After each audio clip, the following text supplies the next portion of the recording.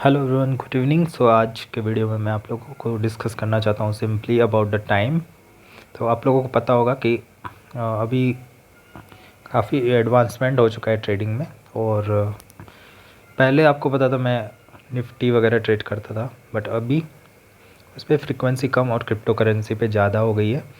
तो इसमें मैं आपको बताना चाहता हूँ कि एक ऐसा अभी भी पॉइंट ऐसा बच रहा है जिसको प्रोफेशनल ट्रेडर भी हो सकता है ना समझ पाए। तो दिक्कत क्या होती है, देखिए, जो टाइम नहीं समझता उसको एक प्रॉब्लम आती है कि आपको पता है कि जो मूवमेंट होती हैं वो किस तरीके से होती है। ओके, लेट्स से कि मान लीजिए एक ट्रेंड लाइन है, ठीक है।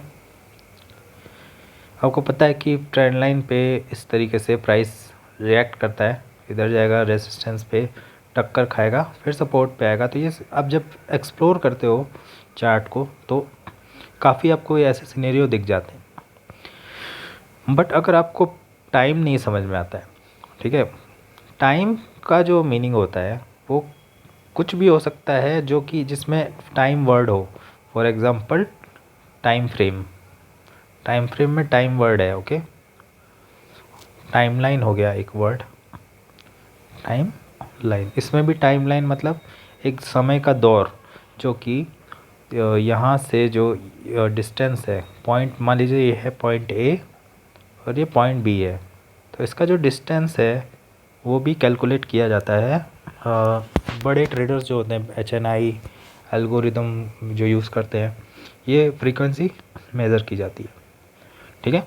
और ये हो सकता है आप सिर्फ एक चार्ट देखते हो, फॉर एग्ज़ाम्पल 5 मिनट का चार्ट, बट टाइम फ्रेम जो होता है ये भी टाइम से रिलेटेड चीज़ है। तो टाइम फ्रेम मतलब बड़े चार्ट पे, अगर मान लीजिए ये 5 मिनट का चार्ट है, ये आप देख रहे हो, बट 1 आवर के चार्ट में सेम चीज़, ठीक है। मान लीजिए ये है 5 मिनट, मान लीजिए 1 आवर का चार्ट है, ठीक है। उसमें प्राइस इस तरीके से ब्रेकआउट हो गया है, ओके। और आप यहाँ पे सोच रहे हो कि 5 मिनट में रिट्रेसमेंट आएगा, बट 1 आवर में, यहाँ ये है 1 आवर चार्ट, तो यहाँ पे ब्रेकआउट हो चुका है। तो इस कंडीशन में आप टाइम में गड़बड़ कर रहे हो, आपका लॉजिक बिल्कुल सही है, ठीक है, बट टाइम को समझने में आपको थोड़ी सी गड़बड़ हो रही है। तो इधर जब ब्रेकआउट हुआ है या फिर इस पर आप एक्टिविटी नहीं देख रहे हो प्राइस एक्शन की, तो वो ब्रेकआउट इस तरीके से हो जाता है, ठीक है। चलिए मान लेते हैं ब्रेकआउट हो गया, छोटा मोटा आपका SL चला गया, नो प्रॉब्लम। बट कभी कभी ऐसे सिनेरियो होते हैं कि आपने इस कंडीशन में, मान लीजिए 5 मिनट की जो कंडीशन है, इसने अपने 30 दिन लगातार पैसा बनाया, बट 31वें दिन ऐसा सिनेरियो आ जाता है जो आपका हो सकता है बहुत ज़्यादा बड़ा नुकसान कर दे किसी, मतलब कोई चीज़ ऐसी जिसमें आप 100% ट्रस्ट करते हो वो भी फेल हो गई उस दिन, ठीक है। और उस दिन आपने SL जो भी है वो चला गया, मान लीजिए 3 SL चले गए, या फिर ये मान लीजिए कि हो सकता है आपका बहुत ज़्यादा कैपिटल का नुकसान हो गया, 60% कैपिटल चली गई, 70% कैपिटल, हो सकता है ऐसा हो। अलग अलग ट्रेडर के अलग अलग लॉजिक होते हैं, वो अपनी उस हिसाब से रिस्क भी मैनेज करते हैं। तो लेट्स से इस कंडीशन में सिर्फ ये गड़बड़ होती है कि टाइम को आप नहीं समझ रहे हो और इस वजह से आप धोखा खा रहे हो। तो यहाँ पे एक क्वेश्चन आता है कि स्पीड, ठीक है। तो टाइम जो है और स्पीड, ये दो भी चीज़ भी मैटर करती हैं। तो जो वेलोसिटी होती है, ये सारे जो साइंस के लॉजिक थोड़े मैं बता रहा हूँ, वो सारी चीज़ यहाँ अप्लाई होती है। तो इसका अगर एग्जांपल दूँ मैं स्पीड का, तो अगर 1 मिनट का चार्ट है कोई, उस पर कोई लॉजिक बन रहा है, और वो अगर 1 मिनट में ट्रू है, और कोई ऐसा बड़ा टाइम फ्रेम जो कि मेजर टाइम फ्रेम है, वो कुछ भी हो सकता है, हर चार्ट के अलग से अलग होता है। तो फॉर एग्जांपल मैं 1 आवर ले लेता हूँ, ये मेजर टाइम फ्रेम है और 5 मिनट माइनर टाइम फ्रेम है। तो अगर 1 आवर मेजर टाइम फ्रेम जो है उसमें ब्रेकआउट हुआ है, तो इसकी स्पीड जो होगी ना, वो 1 आवर के हिसाब से होगी। तो वहाँ पे ये जितनी भी छोटी मछलियाँ होंगी 5 मिनट के चार्ट में, वो बहुत ही जल्दी, ये मान के चलिए कि 2 कैंडल में भी जा सकती है। तो मतलब 2 इस टाइप से बड़ी बड़ी कैंडल बनेगी, ठीक है। और आपका ये बहुत बड़ा नुकसान कर सकती है, क्योंकि स्पीड यहाँ पे इसलिए ज़्यादा हो रही है क्योंकि एक ऐसा सिनेरियो जो कंडीशन ट्रू हो रही है 1 आवर चार्ट पे, जो कि उस हिसाब से स्पीड लाएगी। ठीक है, लेट्स से यहाँ पे स्पीड है 60 मान लीजिए एग्जांपल के लिए, और यहाँ स्पीड है 5। ठीक है, तो 60 की स्पीड से अगर कोई गाड़ी आ रही है, वो 5 की स्पीड से कोई साइकिल आ रही है, कितनी ज़ोर से टक्कर मारेगी आप अंदाज़ा लगा सकते हो। ओके, तो ये एक बहुत ही सेंसिटिव टॉपिक है, जो कि अगर इस एग्जांपल से आपको थोड़ा सा सेंस हो रहा है कि मैं क्या बताने की कोशिश कर रहा हूँ, तो वो आप समझ सकते हो कि, और इसको अगर समझ लिया तो आप थोड़ा सा अपने आप को और प्रोटेक्टिव बना सकते हो मार्केट में जो बड़ी स्पीड्स आती हैं उसके एनालिसिस। क्योंकि देखिए लॉजिक तो मैं समझा रहा हूँ, बट एनालिसिस आपको ही करना पड़ेगा। तो ये जो लॉजिक है स्पीड और टाइम का, ये बहुत ज़्यादा मायने रखता है, क्योंकि ये एक प्रोफेशनल ट्रेडर भी है, उसको भी ये मार्केट से वाइप कर सकता है अगर वो इसको नहीं समझता है तो। क्योंकि मैंने बताया ना 30 दिन प्रोफेशनल ट्रेडर 30 दिन अच्छा पैसा कमा सकता है, लेकिन 31वें दिन अगर ऐसा सिनेरियोस ने ऐसा ब्रेकआउट हुआ कि जिसने एकदम लोगों को शॉक कर दिया, लेट्स से बिटकॉइन है 40 से 45 पहुंच गया, 5000 पॉइंट का आ गया, तो वो जो ब्रेकआउट हो रहा है बड़े टाइम फ्रेम में हुआ है, वो 5 मिनट वालों की तो मतलब 2-3 मिनट लेगा ऐसा लेट करने में, क्योंकि बहुत फास्ट एग्रेसिवली वेलोसिटी जो होगी वो उस पर देखने को मिलेगी। तो इससे बचने का उपाय क्या है? टाइम को एनालिसिस करिए, और बड़े टाइम फ्रेम पे एक बार देखने का बहुत ज़रूरत है, सिर्फ एक टाइम फ्रेम। ओके, ऐसा नहीं है कि आप डेली भी देखो, क्योंकि डेली इंट्राडे की बात करो तो डेली का तो कोई मायने नहीं रखता है। डेली से नीचे के जो चार्ट होते हैं, जैसे 4 घंटे से नीचे के जो जितने भी चार्ट हैं वो मायने रखते हैं। ओके, और 4 घंटे आई थिंक कोई इंट्राडे में स्टे नहीं करता है, लेकिन हाँ कैंडल क्लोजिंग टाइम, जैसे अभी आपने एंट्री ली 5 बजे, ठीक है, और मान लीजिए 4:55 पे आपने एंट्री ली और 5 बजे 4 आवर की कैंडल क्लोज हो रही है, ये आपने गलती कर दी। मैंने क्या कहा था?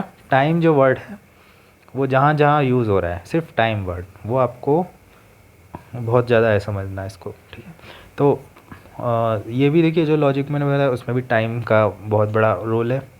मैंने कहा closing time, candle closing time, तो अभी मैंने आपको बताया था टाइम फ्रेम, टाइम लाइन, अभी मैं बता रहा हूँ क्लोजिंग कैंडल का क्लोजिंग टाइम। ओके, तो अगर क्लोजिंग टाइम पे आप नज़र नहीं रखते, अब बिटकॉइन में आपको पता है डेली कैंडल कब क्लोज होती है? सुबह 5:30 बजे, ये हमारे बाइनेंस पे।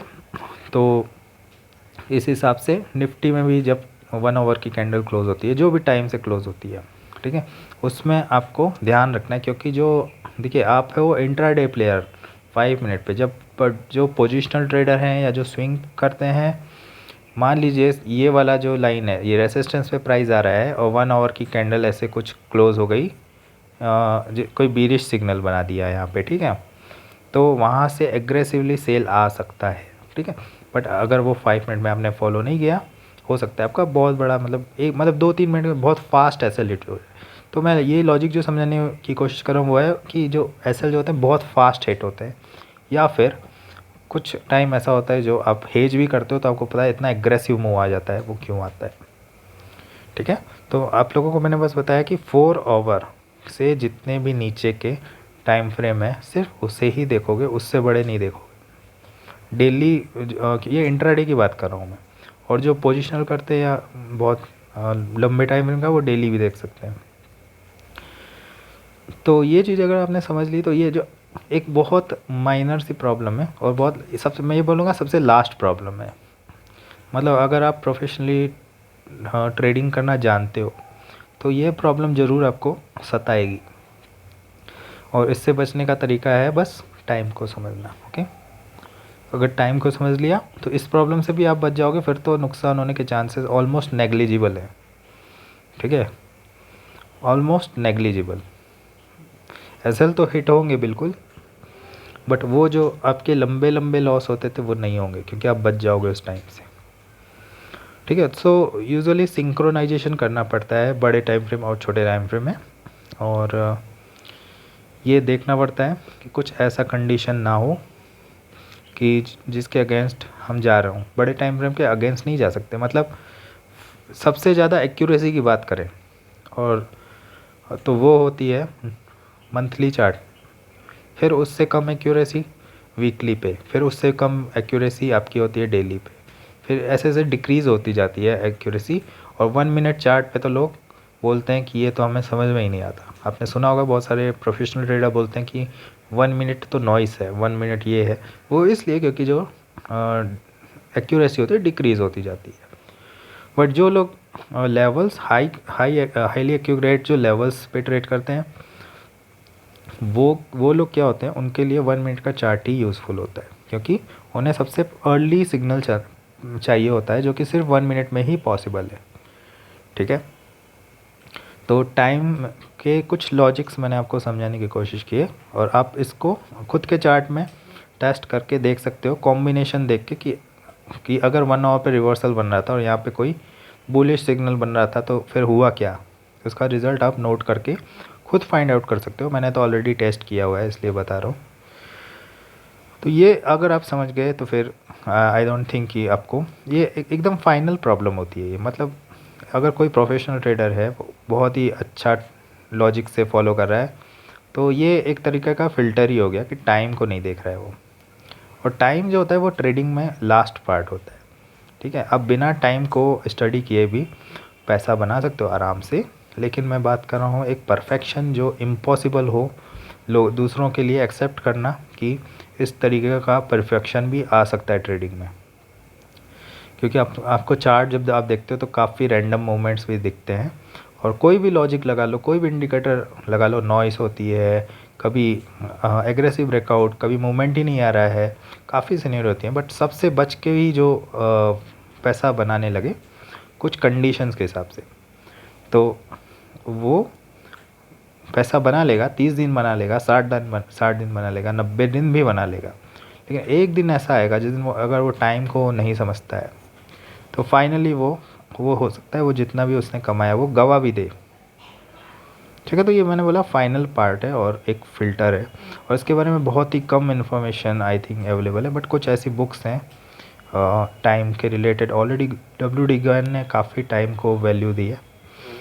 तो कुछ मैंने ऑलरेडी आपको एग्जांपल बताए ही हैं। तो अभी मैं कुछ एक हार्मोनिक का और एग्जांपल देके बता देता हूँ, तो उससे थोड़ा सा और क्लियर हो जाएगा कि क्या मेरा लॉजिक का क्या मतलब है। कि लेट्स से आपने देखा होगा कि ये जो हार्मोनिक का एक पैटर्न होता है AB = CD, इसका क्या मतलब होता है कि what ever the distance is this, AB की जो भी डिस्टेंस है मान लीजिए 1 है, 1 मीटर मान लीजिए इसको समझने के लिए, और ये भी 1 है एग्जैक्टली। ठीक है, तो ये होता है AB = CD, मतलब AB की जो डिस्टेंस है वो CD की है। तो ये एक्चुअली यहाँ पे देखिए टाइम ही कंसीडर किया जा रहा है। ओके, तो मेन चीज़ होता है कि अगर हमें दो कंडीशन ट्रू मिल गई कि AB और CD इनकी दोनों की वैल्यू 1 आ गई है, तो हम इस डिस्टेंस को कैलकुलेट करते हैं कि ये डिस्टेंस क्या है, मतलब C तक पहुंचने में कितना टाइम लगा। हो सकता है D अगर उतना ही टाइम, मान लीजिए ये है इसकी वैल्यू है 3 मीटर, ठीक है, मान लीजिए 3 मीटर का समय लिया इसने BC की जो डिस्टेंस है, तो हम एक प्रोबेबिलिटी निकालते हैं। आप सभी को पता है ट्रेडिंग जो होता है एक प्रोबेबिलिटी का गेम होता है। तो अगर AB की वैल्यू 1 और CD की वैल्यू 1 और इसको डिस्टेंस को कवर करने के लिए 3 लिया है इसने टाइम, तो अगले जो 3 होगा इसके बाद का, ठीक है, हो सकता है वहाँ पे वो फाइनल टारगेट लोग अपना चूज़ करें, वहाँ पे अपनी पोजीशन स्क्वायर ऑफ करना शुरू कर दे। ओके, तो बहुत सारी कंडीशन हो सकती है। एक तो इस तरीके से मैंने बताया, और एक इस डिस्टेंस को भी नाप सकते हो कि A से C की डिस्टेंस भी क्या थी, वो C से E, मान लीजिए E है, C से E की भी डिस्टेंस हो सकती है। ओके, ये वाली।